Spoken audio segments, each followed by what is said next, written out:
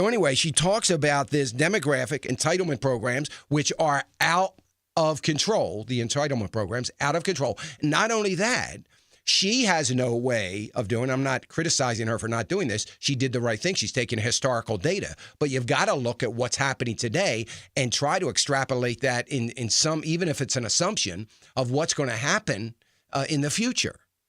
And when you do that, you see an out of control entitlement programs, but forget about the fact that it's out of control. There is an incentive to keep it out of control.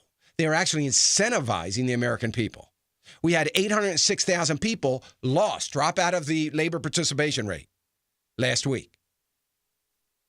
Are they just going to decide that they're going to farm a little piece of their yard, can everything, and they're going to eat okay and they're going to be fine? Or do you think that many of them are going to have a need? Many of them are going to have a need, and many of them are going to abuse, not many, but some are going to abuse the system, but have a need to get on more entitlement programs. Of course they are. And there's no problem with that. So the longer we maintain our stagnant economy and the lack of job growth, real job growth, then this is what's going to happen. Then you factor in the bureaucracies that are being created as a result of Obamacare. That's government spending, of course, and that's going to continue to grow.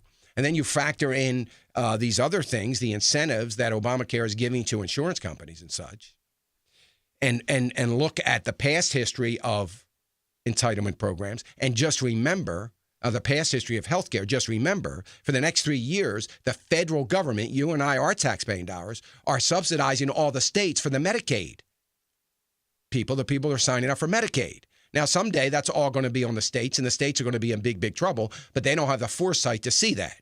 They think this gravy train is going to last forever. They're living in some kind of fantasy world because that rug's going to get pulled out from under, and they're going to have millions of people in their state on Medicaid that they're not going to know what to do with, nor will they have the funds to do it. That's a whole nother issue. So if on past historical cost of the demographic issue, the entitlement issue, and the healthcare issue, we are headed for unsustainable debt, I would submit to you that the long-term unsustainable debt is going to get here a whole lot faster than anybody is realizing because of those things that I've mentioned. Anyway, huge issue. What I want to know, and keep in mind, don't say, well, you know, Janet Yellen, that's great for her to bring it up. What's she doing about it? Janet Yellen is the chairman of the Federal Reserve. It's a private institution. She's got a dual mandate. She's supposed to be doing some things through a monetary policy standpoint to help unemployment. And she is controlling the interest rate, the cheap money, and the monetary system and the banking system that is open to the Fed window of borrowing money. That's it. She's not putting forth legislation to fix these things. Her, Ben Bernanke, Greenspan, and others are solely at the mercy of Congress. So all she can do is lay it out there, as she's doing, with the hopes that Congress will somehow be incentivized, which is kind of comical, incentivized to do the right thing for the American people, put forth the legislation that is necessary to try to get some of these things in check. None of those things are happening, nor will they. They will happen when we get to the unsustainable level in which we go over the cliff, our credit ratings are downgraded, and we enter into bankruptcy. Then they will do something.